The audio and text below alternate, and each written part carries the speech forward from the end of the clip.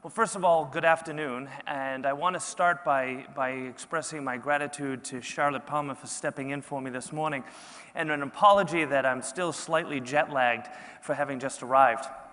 Baxter, thank you for that kind introduction. You know, I thought I would start this morning by telling you a little bit about leading cities, but before I get into that, I just have to say this is my first time visiting Dubai, and that fairly long trip from the airport here, I got to see much of the city through the window of a taxi. And I have to say, I'm still in awe of what has been built in such a short period of time. For someone like me who has focused his career on developing smarter cities, Dubai is kind of like a dreamland. So I feel like today I'm preaching to the choir, which is a welcome change in my world. But I do want to tell you a little bit about Leading Cities. So Leading Cities was founded under the mission of improving the quality of lives in cities through smart city ecosystems. As Baxter said, we have operations in 10 countries, and we still are expanding, and we are looking to expand here in the Middle East, in fact. We focus on 3 areas in particular within the city resiliency or city sustainability. And that is building sustainable cities that are sustainable ecologically, economically, and sociologically. We are also looking at building cities that are responsible. Responsible meaning that they are building into the fabric of the city, equality. And building cities that finally are inclusive. We refer to it as the Q helix, the quintuple helix, but involving all 5 sectors of society in all plans of the city. That's public, of course, but private, academia, nonprofit, and citizens themselves. Ultimately, Leading Cities is about building bridges. We like to say that we build bridges between academia and action, between business and government, and between problems and solutions. So before I go any further, I thought I'd have each of you just reflect for a second on what is a city to you? What comes to mind when you think of a city? Is it home? Perhaps it's the skyline of a city. It's many skyscrapers.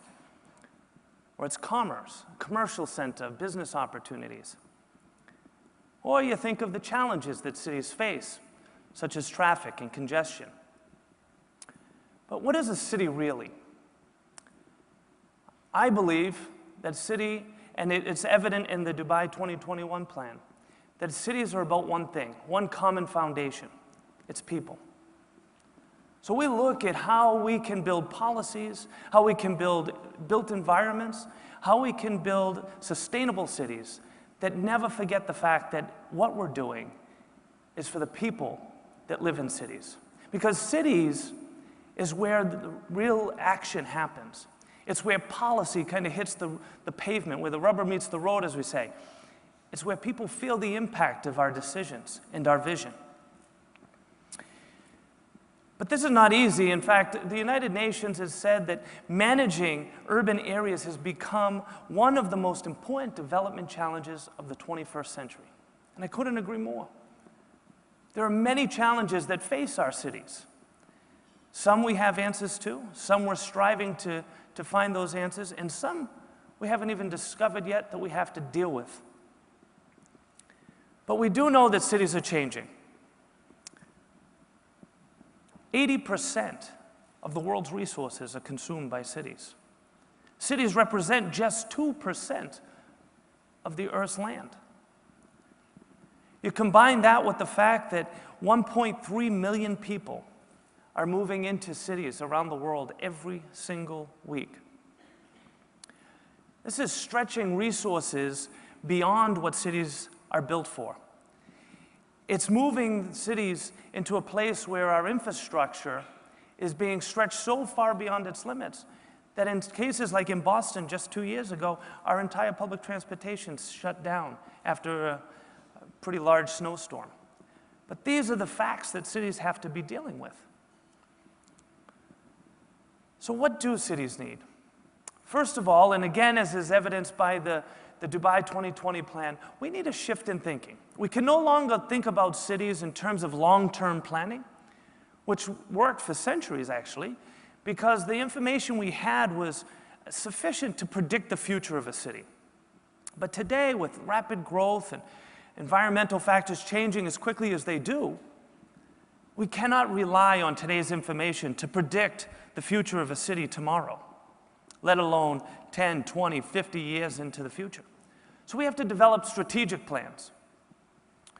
Strategic plans that are able to adjust and adapt to the changing environment.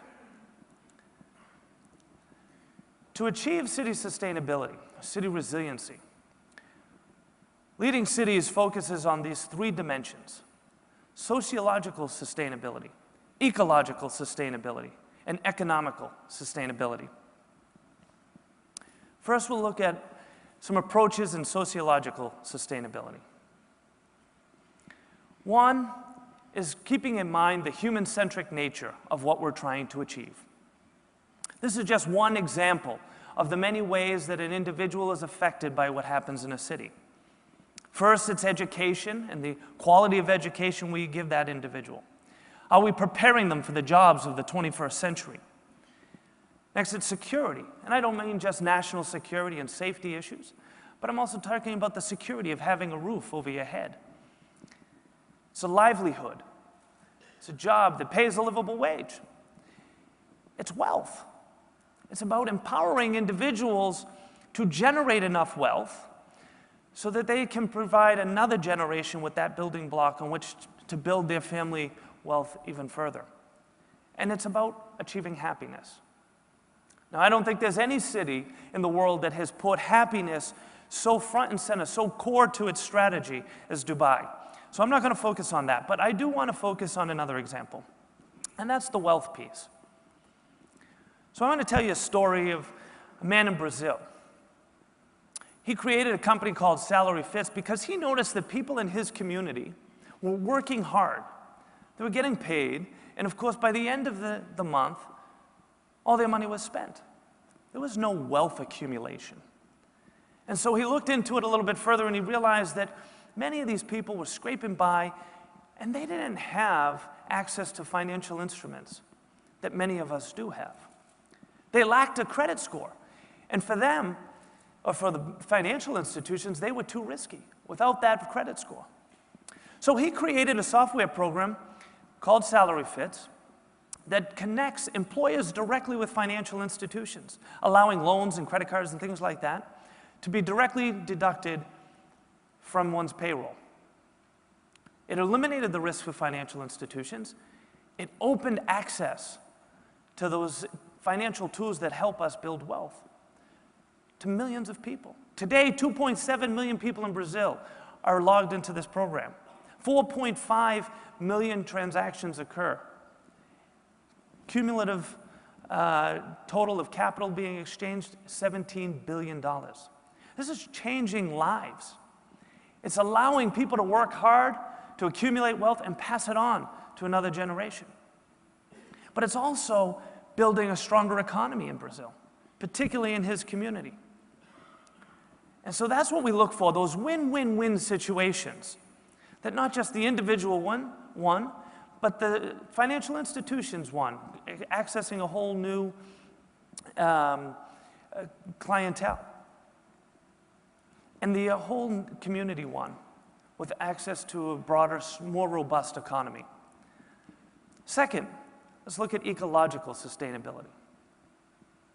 Now, we've all heard that cities consume 66% of the world's energy. We produce 70% of the world's carbon emissions. And these have consequences. In fact, just this week, a study was released that showed that the impact of pollution is not only real, it's deadly.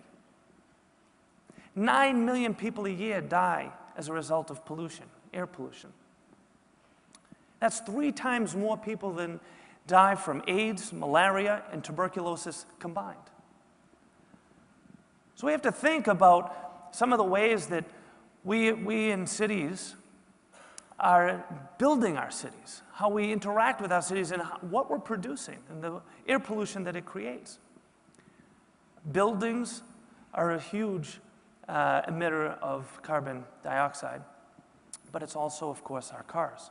So let's think about new ways to provide public transit. Not just expanding old, centuries-old systems like subways that were developed in the 19th century, or high-speed rail developed in the 20th century, but are there other options for the 21st century? This is Transit X. Transit X is the world, this is actually, I should say, it has not been implemented anywhere yet. They are in concept stage. They're looking for a pilot opportunity. But what they have done is created the world's first 100% solar-powered, fully autonomous, on-demand, point-to-point, non-stop public transportation system. Now, it can go short distances within cities or long distances in high-speed corridors. But the challenge here is, can we envision a better transportation system for our cities in the 21st century? The next and final piece is economical sustainability. 5 years ago, the chairman of RTA, Dubai, said, if you want a strong economy, you need strong infrastructure. And I couldn't agree more. The question is, are we going to continue to invest in 19th and 20th century infrastructure, or will we reimagine how cities can be built and invest in new technologies, new innovations? Smart city industry itself is a huge economic opportunity. There is no global center for smart cities. It's spread throughout the world. But I think we need to build that local ecosystem, the Silicon Valley, so to speak, for smart cities. Today, it represents a $622 billion industry. It's projected in the next 10 years to reach $3.4 trillion.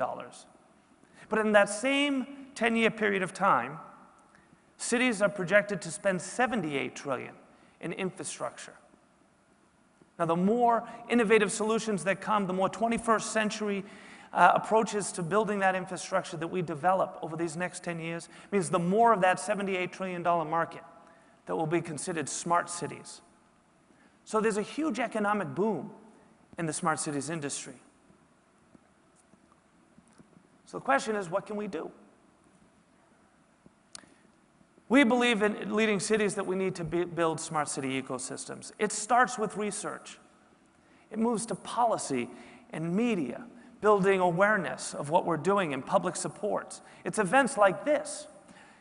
It's consulting and sharing of knowledge and best practices. It's, of course, the finance to pay for it all. But at the core of these ecosystems, it's innovation.